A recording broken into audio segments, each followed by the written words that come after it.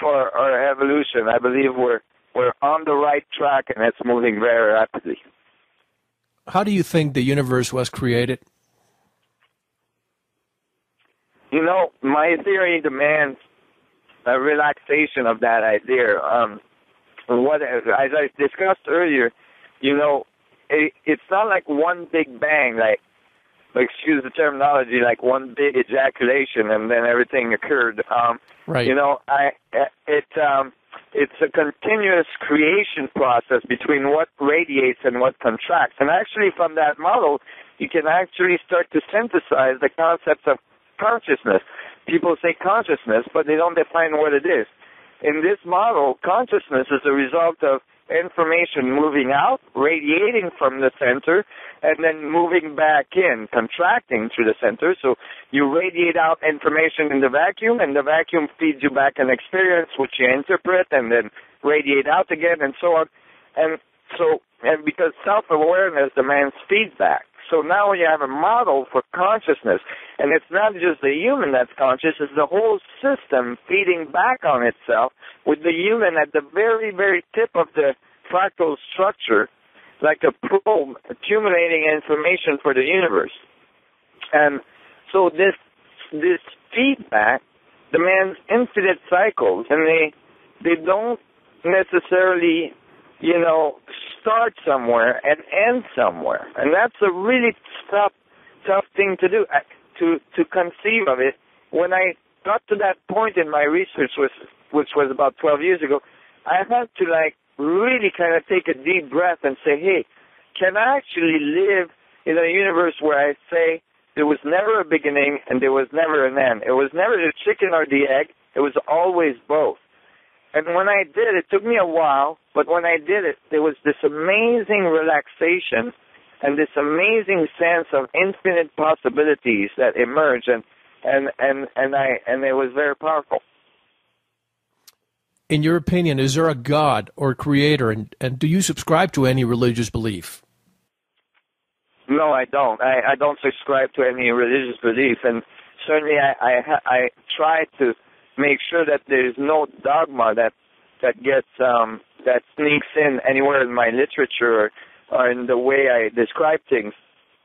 But if you ask me if I believe in a God, I would say, well, what people describe as God is something that's everywhere, that knows everything, that orders everything and creates everything. And if I had to define anything in my theory that does that, it would be the vacuum, meaning that what people are calling God is the information radiated by all objects in the universe that is available in the vacuum everywhere, since the atom is made out of 99.9999999% space or vacuum.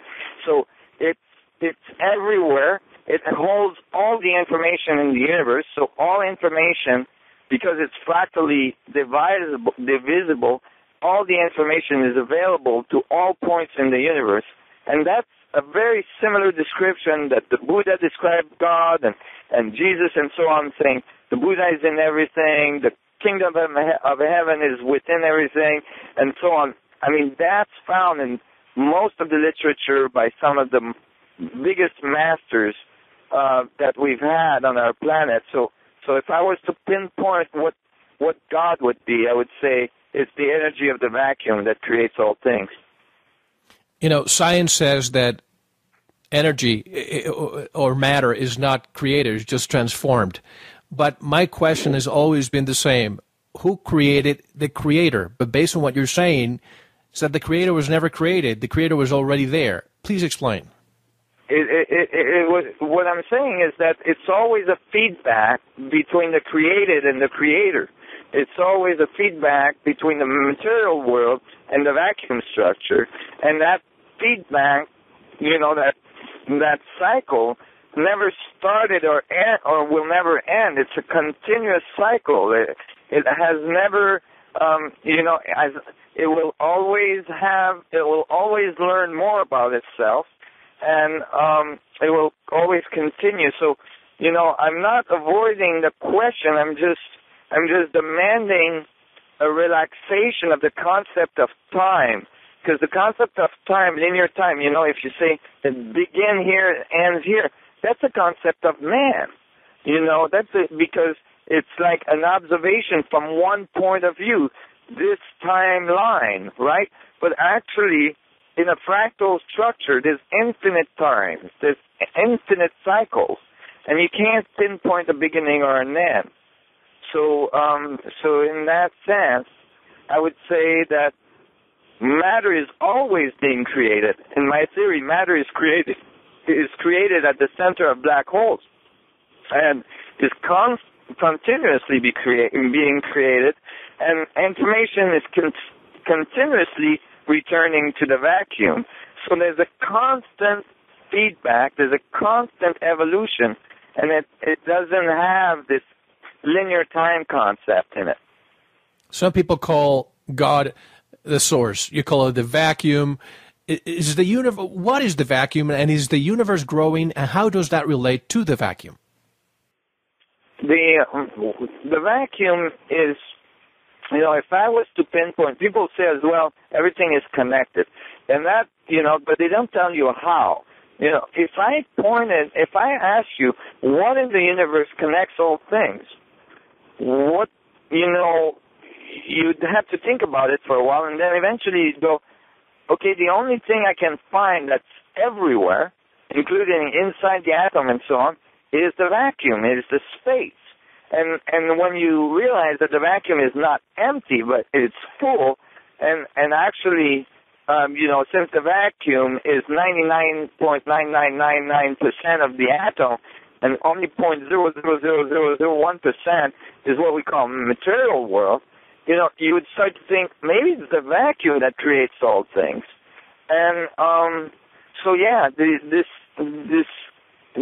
what I'm saying is that the vacuum is the source of creation. Everything emerged from it, and everything returns to it. And it's everywhere. It's omnipresent, omnipotent. It has, infinite amount of energy in it, or very close to it.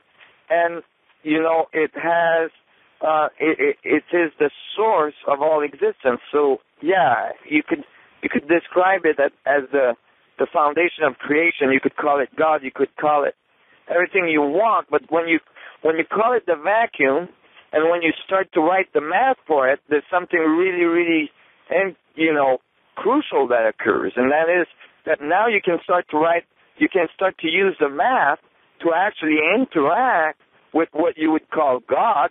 And now it's not so separate from you anymore, because it makes all the material world you see, including your body. And now you start to see that you can interact with it. You can, become an engineer of the vacuum in your own consciousness for your own body, but as well in technology, and transform your world. Now, let me ask you a question that's in the core of this show. Do you believe in the alien astronaut theory? Can you describe the alien astronaut theory? Basically, do you subscribe to the alien intervention theory?